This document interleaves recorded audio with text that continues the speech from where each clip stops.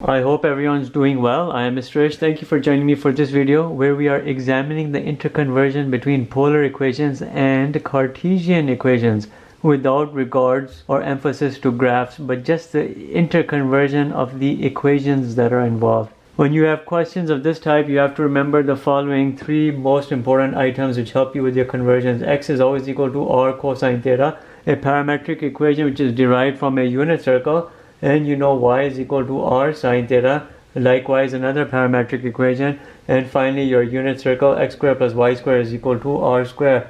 Given these three items, you can also remember this, but sometimes it doesn't come into play, but tan theta is equal to y over x. Sometimes it comes into play, but most of the times it doesn't. But the other three items are needed for this interconversion. So let's look here at a series of questions and we will see how all of it comes into play. Our first equation is this. We have a polar equation r equals 2. It is a polar equation. How can we convert this into a Cartesian equation? This right here is an easy example. I have r equals 2. What item over here that I see I can bring into play? I know this can come into play. If r is equal to 2, all I have to do is x square plus y square is equal to r square, which is 2 square. Then I'm looking here, x square plus y square is equal to 4. This right here is an equation which represents a unit circle centered around the origin. The center is at 0, 0 and having a radius 2. Simple as that. A polar equation has been converted into a Cartesian equation. It's sometimes infrequently or informally called a rectangular equation. And the appropriate term here is a Cartesian equation. This right here has been solved. This here is the Cartesian equation for this polar equation. Next question, we have a polar equation r is equal to 3 sine theta. In all instances, the r is always referring to a certain radius. Anyhow, how can I apply these templates to help me convert this polar equation into a Cartesian equation? It looks very much similar to what I'm seeing over here. And look right over here in this particular item and solve for sine theta. I know sine theta over here is equal to y over r. Where I have sine theta, I can bring y over r. I have r is equal to 3 times y over r, because sine theta is equal to y over r. Push the r onto the other side, I will have r square is equal to 3y. Now look, I know r square is equal to 3y, but I also know r square is equal to x square plus y square. So I'm looking here at x square plus y square is equal to r square, but it's also equal to 3y. Push this onto the other side. Now I have x square plus y square minus 3y is equal to 0. For this part over here, complete the square. When you complete the square, what are you going to get? You'll have here a y square minus 3y plus 9 over 4 is equal to 9 over 4. Complete it to your final form, x square plus y minus 3 over 2 whole square is equal to 9 over 4. So this right here is my Cartesian equation. But what does it symbolize? It again symbolizes a circle, but it's shifted.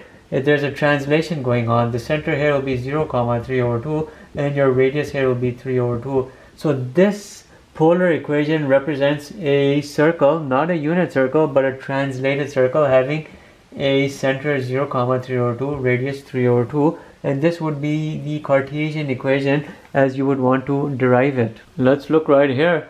A polar equation r is equal to cosecant theta. What can we do with this? Think about what it means with regards to its reciprocal. I have r is equal to 1 over sine theta. Now I'm looking at r sine theta is equal to 1 because I've pushed this on this side. Now look over here and compare it to what you have over here. I have r sine theta is equal to 1, but I know r sine theta is also equal to y, so it's equal to y. So when I'm looking at this, r sine theta is equal to 1, and based on that relationship is also equal to y, my end result is y is equal to 1 because I'm looking at this. So what does this represent? This here is a polar equation for what happens to be a horizontal line. When you would graph it out, you would have here y equals 1, and that's all there is to it. Here's your x and your y-axis, but here's my y equals 1. The Cartesian equation represents a horizontal line. Now what we have is actually a Cartesian equation, and we're working in the opposite direction towards a polar equation. I have x equals 3. How can I determine the polar equation for this Cartesian equation? Look here at your items. As I told you, this is infrequently utilized, but the other three are more commonly utilized. It's reminding me of this top part. I have x is equal to 3, which is equal to r cosine theta. When I solve for r, I have r is equal to 3 over cosine theta. Because I'm pushing this onto the other side, r is equal to 3 secant theta. We're not graphing it, but this represents here the polar equation of this Cartesian equation, and it should be right. Let's look right here. Another question. It's a Cartesian equation. You can call it a rectangular equation, but what is the polar equation for this representation? Now obviously you're looking over there at this. X squared plus y squared is equal to r squared. That's what I have. I know this right here is equal to r squared. I'm saying now r squared is equal to 9, and I can say r is equal to square root of 9. You can say plus or minus 3, and this can represent your polar equation, and it would be right. If you have to present just a single answer, r is equal to plus 3, you can't go wrong with that, and it would be right. This right here represents this very simple case of a Cartesian equation being converted into a polar equation. R equals 3 is your answer. It will be good. How about we make this our last one? We have here a Cartesian equation. X is equal to minus y squared. What is the polar equation of this Cartesian representation? Now you're gonna have to pick something from here. What are you gonna focus on?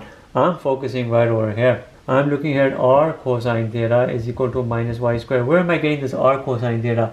It's right here. X is equal to r cosine theta, so I've substituted it. Now what I'm going to do is focus on my next item of the template, and I'll substitute that right over here. I know y is equal to r sine theta. R cosine theta, the first substitution helps you get started. The second substitution is going to take it all the way through. I have minus, and then I have r sine theta. Both of these items coming into play. One in place of x, the parametric equation. The other one in place of y, its parametric equation. And don't forget the square. Open this up. I have now r cosine theta is equal to minus r square sine square theta. You can, if you want, simplify the r's and cancel them out. If you were to push this r onto the other side, it will divide and you'll get rid of this square. Now I have cosine theta is equal to minus r sine square theta. I'm solving here for r. My general representation for a polar equation is r is equal to something. So let's solve for it. I'll push the minus on the other side. I'll push the sine square on the other side. I have r is equal to minus cosine theta divided by sine square theta. Break these out into their functions such that you get rid of the denominator. I'm looking here at a sine theta, sine theta. If I get rid of the square, I'm looking here at 2 sine thetas. And now bring in a proper function. Cosine theta divided by sine theta is my minus cotan theta. 1 over sine theta is my cosecant theta, and this here is my answer. The polar equation for this Cartesian equation is minus cotan theta cosecant theta is equal to your r, and it brings that question to an end. The main point being with these interconversions between polar and Cartesian forms, informally called a rectangular form, is the use of these parametric equation templates. And you interplay or you interconvert them based on which direction you're going, polar to Cartesian or Cartesian backwards, and that's pretty much all there is to it. Thank you for watching.